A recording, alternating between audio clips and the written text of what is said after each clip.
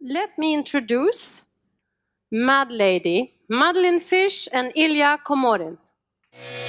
I'm beautiful in my way, 'cause God makes no mistakes. I'm on the right track, baby, I was born this way. Don't lie to yourself and regret, just love yourself and you said I'm on the right track, baby, I was born. Thank you, Maria, and hi everyone. My name is Ilia Komorin. And I'm Madelene Fisch, and together we are the founders of MADLADY. So for those that don't know who MADLADY is or what it is an online store selling women's fashion, accessories, and makeup. But we are so much more than just another fashion destination. We are all about realness, empowerment, and we aspire to inspire the young generation to truly feel like they can be themselves. So today we're actually not going to talk too much about conversion rates, ROI, or revenue. Today we're going to talk about our guilty pleasure, which is documentaries. So we're going to look at 3 different documentaries and address 3 different components that have helped us in building our brand. Yeah, so as Madeline was telling, we are talking about movies today. How many of you have seen at least one of these documentaries? Okay, that's Quite perfect. a few.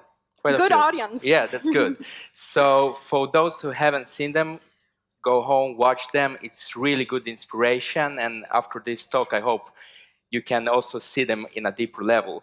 So each of these documentaries is presenting a component in the way we work, both as entrepreneurs and as the business. And in this case, we're going to talk about the brand, how we build the brand, and which building stones we are using to build our brand. And in this case, it's all about filtering, focus, and quality. And as you can see, this is an ongoing process. So it's not something you do one day and then let it be and then everything is fine. It's something you do day after day, month after month, year after year. And we're gonna deep dive into it, and we're gonna break it down, this process. It's only three building stones, so it's gonna be fun. Yep. Okay, so let's start by diving into the first documentary, which is Living on $1.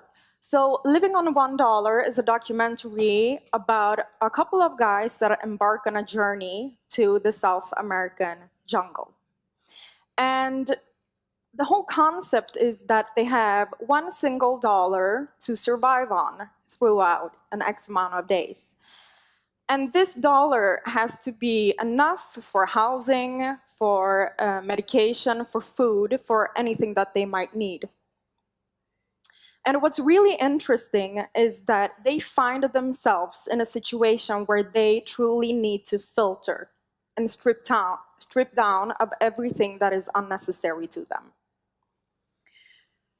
And also, secondly, something that is very interesting is that because they have so little to work with, they find themselves in situations where they need to innovate and they need to be creative in a manner that they thought maybe was not possible initially. Our journey has not been as dramatic as that, but yet we have found ourselves filtering in each and every step of the way. Okay, so that goes both personally and also on a corporate level. So if we start on a personal level, we have had to filter out all of the negative energy and the negative people saying that this is not possible and maybe you should get a real job and so on. And this comes from my mom as well, so. Yeah, exactly. Actually, Ilia is an engineer from the start, so yeah. It was kind of hard for his mother to accept, right? Yeah, who is Russian, by the way, so it's all about engineering there. Exactly. But the importance is that you surround yourself with positive people that truly believe in your brand, because you also need to have the energy and the drive to believe in yourself and in your brand. Also, the topic of comfort. We have filtered that out, so to say. No fika. Yeah, exactly. No fika with cinnamon buns, no weekends, no nothing. We don't even know what Saturdays and Sundays are anymore. On Saturdays and Sundays, we have found ourselves very often in situations where we have been home while our friends have been out partying. But we have thought about the business. And this is one example when I'm sitting writing product descriptions that we wanted to have up in the store the following day. On a corporate level. So I was talking about these guys, how they had to innovate in order to find solutions to their everyday problems. So this is actually our first photo studio. It's made out of 4 sheets of paper and some Scotch tape. And this is just to show you that you can really do things and it doesn't need to be too complicated. You don't have to have deep pockets. You don't have to have a big amount of assets. You can do it if there is a will. So this is in China where it all started. So we placed this photo studio in our balcony. And the only thing that we waited for was the natural light to come out. As you know, China is very smoggy. So we were waiting for the sun. For days. Yes. And every single day I would wake up and I would ask Ilya, is the sun out? And one day it was out, actually. And one day it came. So I rushed to the window and I found myself arranging the products that we needed to photograph. And Ilya kind of stressed me because he was saying that the clouds were coming. So I needed to be on point. Yeah. But briefly, what you see is the result, the photo of the jewelry. And it's really not that bad. Yeah, it's not looking that bad. So you kind of have to work with what you have. And it's not as complicated as you think it is. No, it's Just not. use your creativity. Exactly. And for some trivia, if you really look into the reflections, you can really see the Shanghai skyline over there. So going away from that and talking more on marketing level and branding level, we also decided early on which marketing channels we should filter out. For us, for many e-commerce business people, you usually use the paid ads, say for instance Google AdWords. We chose to filter that out. And why did we do that? Well, firstly, it was too expensive at that time. I mean, you saw our photo studio, and the main reason was we didn't feel it didn't bring any actual value to our brand. I mean, people clicked in, but that's it basically. So we focused instead on other channels, and those were social media and influencer marketing. And influencer marketing, there was no term that was called influencer marketing. We're talking about 2011, 2012. The thing with those channels, especially influencer marketing, is we got a chance to actually visualize and bring out the essence of the brand we were trying to build. We could use graphics, we could use voice, we could use video instead of just bringing in traffic. We could really interact with our customers. So, and at the same time, the price 2012 for influencer marketing was basically zero. You just send a product and you get lots of traffic. So from that day on, we decided that filtering out the stuff that are not bringing any value, it's quite obvious, I guess. Mm. Moving on, we are going to talk about the next documentary, and it's about Senna. For you who don't know, he was one of the greatest Formula 1 drivers that the world ever seen. But what was really special about him is his focus, his laser-sharp focus on really committing to the race and achieving the goals. It wasn't necessary that he was racing against other competitors. He was really competing against himself. And all the odds were always against him, and he was still the winner. And there was this one race where his vehicle broke. His gears were not working properly, so he couldn't switch to the highest gear. But he didn't give up because he was so focused on reaching the goal that there was no other way. So again, you don't need the best vehicle to reach your goal. What you need is your fuel, and your fuel is your mind. Yeah, and as Madelene is saying, it's all about focus. And what Sina was doing right, he was focusing on himself. He was focusing on his unique driving style. Because if you think about this, let's, for instance, you're out on the track and you have your competitor in front of you. And the competitor, they have a certain strategy taking a curve, and they set the lap time for that certain circuit. If you are just trying to chase that strategy and trying to achieve the same strategy as your competitor, both in Formula 1 and in business, and just trying to do the same lap time, what you will end up doing is just chasing the shadow of that driver. Because even if you get to the strategy of the other competitor will be already at the next curve. And when saying this, it comes from our own experience. One of our major mistakes that we have done, and it's when we started doubting ourselves. And we started imitating someone else's driving style. Yeah. So what happened a couple of years ago, it was between 2012 and 2013, we didn't see the growth we wanted to see because we were a startup, we didn't have much experience from business, and we thought, okay, if we are having business, we want a growth of 1,000%, not year by year, day by day. And when we didn't see that, we panicked a little bit and thought, okay, we need to change something because everyone else probably is having this growth rate. So we thought, okay, what is the best solution?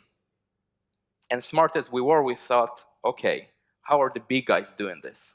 And let's imitate them. And let's do exactly as them. Let's take the pictures as the big guys doing, use the same communication style, using the same products almost. And what happened, we fell down to and what we call the year of stagnation, because that's what happened between 2012 and 2013. Sales were completely flat during a period of a couple of months, until one customer called us and told, guys, what the hell is going on? Where is MADLADY? And we were in such a shock, and we were like, okay, now it's really bad. Now we stagnated, and the customers tell us we suck even. Yeah. So on Instagram also. Instagram also, yeah. They wrote us messages saying that, oh, you're not the way you used to be, and you have really lost your madness. So we said to ourselves, okay, either we burn this place down, literally, hope no one works with insurance here, or we do something completely drastic. We change everything, we go back to the roots of our brand. And go back to the core values of what MADLADY really is. Exactly. So, and that's what we did. We changed everything during a month. We changed all the products, we changed the communication, the design, the color scheme and everything. And here comes the real amazing part. Just during a period of 1 month, we already saw results. Sales just jumped up. Customer interaction and engagement on social media just went viral. And we just realized from that day on that let's never look back and keep trusting our own driving style. This may sound as a cliché, but really the main thing is be true to your brand. I think that's more important today than ever, especially when the digital borders are disappearing. Someone from Australia can be shopping at your Swedish store right now. And the only thing that we really can compete with, if we don't have real deep pockets, is the uniqueness. And that's what we're trying to do with our brand. Exactly. And of course, no brand is a brand without its customers. So our customers are our fans, but not only our fans, they're actually, we see them at least as our co-owners of the brand. So we can see here on the right, or it's left maybe, we see this is the customers. We are using our customers as ambassadors. They are the representation of our brand. So this is pictures that we were using in our social media where we really bring our customers to the front and show the other customers that it doesn't have to be a celebrity or another influencer that is a role model. The customer is the role model. And another thing is many are talking about listen to your customer. Obviously, you should listen to your customer. But if you think about it, not many are talking about involving the customer in the process. And that's what we are really all about. We are trying to engage and involve our customers in different scenarios. For instance, this was a contest a couple of weeks ago on our Instagram, and what we did, we said, instead of telling our customers, okay, we have a t-shirt collection, go and buy it. We told our customers, come up with your own design, and we're gonna choose 3 designs, and we're gonna produce those t-shirts. And as you can see, the response was just amazing. We got over 2,500 submissions, people that really put an effort into it and like describe the design of the t-shirt that they wanted to do. And they're in manufacture right now, actually. And why we engage or try to pertain a very strong engagement is because we want to give our customers a very strong voice in our decision making so that they feel that they are part of the brand and that they actually can decide some things. Yeah. So Okay. last one.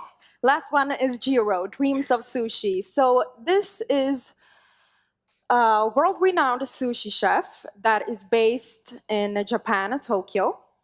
And he has definitely been through the stages of filtering, focusing, and he is concentrated on quality. So for those that have not seen this documentary, the restaurant is in the subway in Tokyo, and it's very modest in terms of interiors. So there is nothing extravagant about it. It's simple. He's the Yoda of sushi, you could say. Exactly, yes. And he has a very limited amount of seats. So it's exclusive. So basically, his product is sushi. And that's where he puts 100% of his quality. As you said, he filtered out all the unnecessary stuff and focusing on the art of sushi. And that's where he brings out the quality. And we are not really in a position where we can compete with price or a big assortment. And honestly, we don't really want to do that either. There are many others that are doing a much better job than us. Instead, what we are focusing our quality into is the customer experience and the communication. Because there was a real good what the hell? It was a really cool clip during the documentary where the narrator or the filmmaker asked him, so you have been doing rice, not the sushi, the rice. You have been doing the rice now for like 70 years. I mean, aren't you done? And then Jiro is answering, no, each time I do a new bowl of rice, I do it better. And this is the same philosophy that we're trying to follow. It doesn't matter how much we change, how much we improve, there is always something new to improve. And here we see the packaging that we're sending to our customers. So the same way that Jiro, he has a very limited amount of seats in his restaurant. I have not been to the restaurant, and neither has Ilia, but we can imagine that when you step into that restaurant, you feel like maybe a guest at someone else's home, and that you feel very close to that person making your food, and you feel appreciated. So this is really the feeling that we want to replicate with our packaging and our communication. Because the process doesn't stop with the purchase button. You want to bring the brand experience home to the customer. Let them continue interact with your brand. And this is how we do it. Inside the package you will find a handwritten thank you note and a present depending on the season, like we see during Christmas. So for us, quality, what it really is, it equals customer engagement and interaction. Exactly. We're running out of time, so we will wrap it up. So here we see as well our products. Like we said, it's not about the quality of the product or the images. Of course, part of it is, but in real, it's if you do an image search, we want people to know, okay, this is from MADLADY, even if you don't see the logo. Exactly. So. Yes. Okay, so in conclusion, we have 3 components that have helped us in building our brand, and those are filter, focus, and quality. And for those that are on the journey or are embarking on their journey, don't ever forget to trust the madness within you. Thank you. Thanks.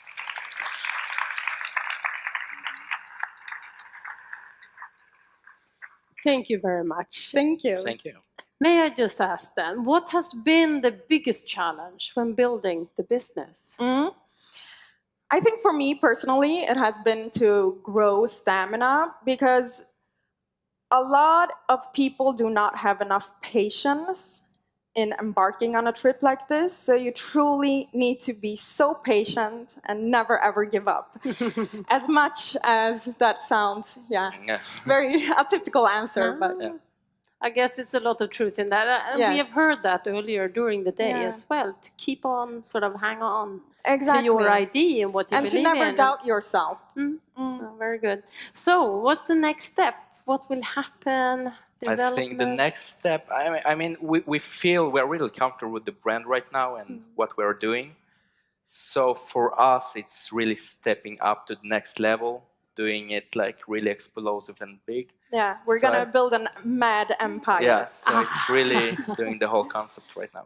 Sounds great or mad. I don't know what to say, but thank you very much. Thank you. Thank you. Give them an applause. Thank you. Thanks. Transgender life, I'm on the right track. Baby, I was born to survive. No matter black, white, or beige, or Orient,